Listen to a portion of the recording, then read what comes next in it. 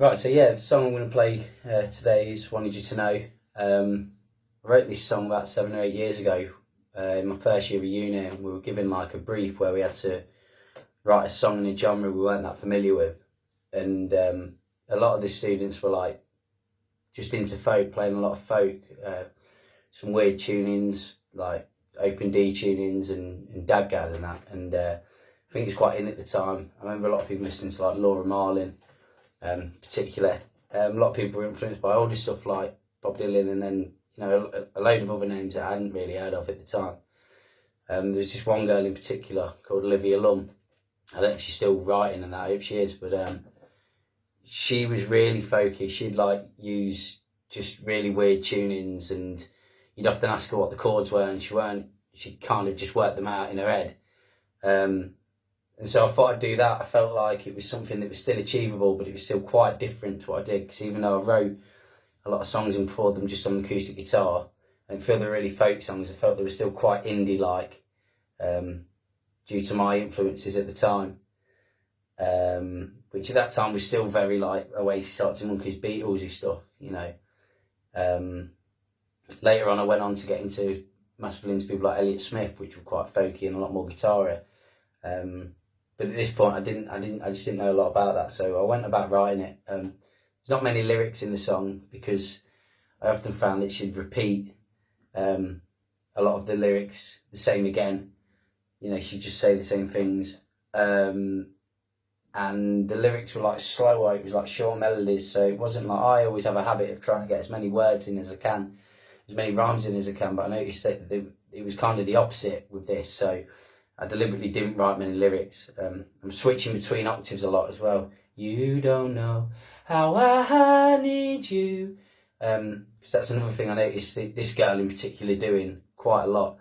As well as descriptive things that were really descriptive about about things, but not necessarily the way, well, definitely I'd say it in real life. So something like the rain that soaked my bones. At the time I wrote that because it felt overly descriptive. It's a metaphor. I don't think I'd have wrote that in one of my songs if it wasn't for the fact I was doing this brief, because I felt that it's just describing things in a way I wouldn't ever say that in everyday life. I wouldn't say the rain it soaked my bones. But it's a metaphor that the whole bones thing, there's a lot of talk like that in the Was in Her songs, a lot about bones and flesh. It was very gritty stuff, and that was my way of kind of doing that. As a result, people have actually said they quite like that lyric, so I guess it's worked quite well. I didn't want the structure to be a kind of like a pop song where it's kind of two verse, chorus, middle eight, maybe double chorus sort of thing. I wanted it to kind of flow dead soft and then get higher and just build up and build up. And I think it's for that reason that it took so long to get it right in the studio. And it's only now that I've, 2 weeks ago that I've released this as a single, because getting that dynamic right in the studio is just a nightmare. But it works so well at live gigs. So it became a kind of song, one of the songs I'm most proud of. I can't talk loads about the lyrics because I kind of wrote them trying to mimic someone else. But I do know that it was meant to be a kind of love song.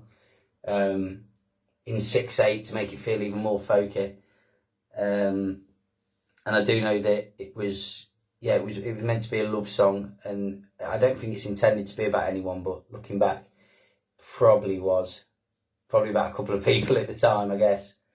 It was a weird time moving away for the first time, being at uni, being around all that madness, and this is kind of what came out of it.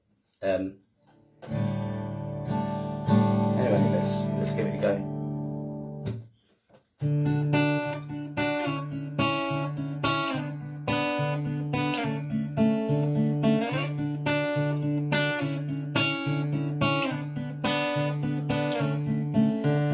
You don't know how I need you. It's not always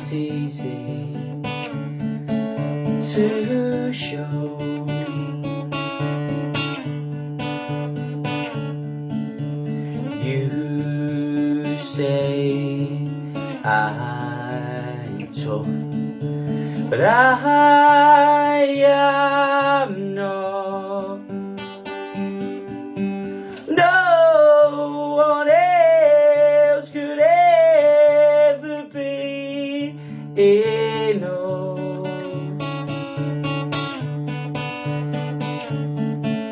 So when you call my name,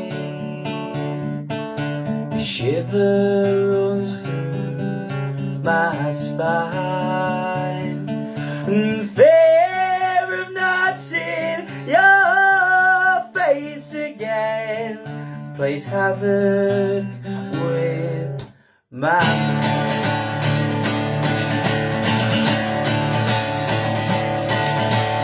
You say I am tough, but I'm not strong at all. I didn't want our day to end, but I didn't make the call. I walked myself back home. The rain, it soaked my bones. I tried to smile, it didn't show. I just walked